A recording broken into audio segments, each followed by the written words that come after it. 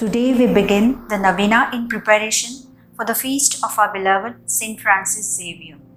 As we journey through this Jubilee year of hope, we are called not only to live in hope, but to be hope for others.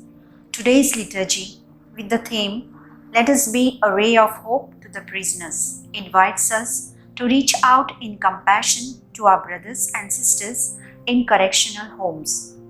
True faith is measured not by comfort but by commitment.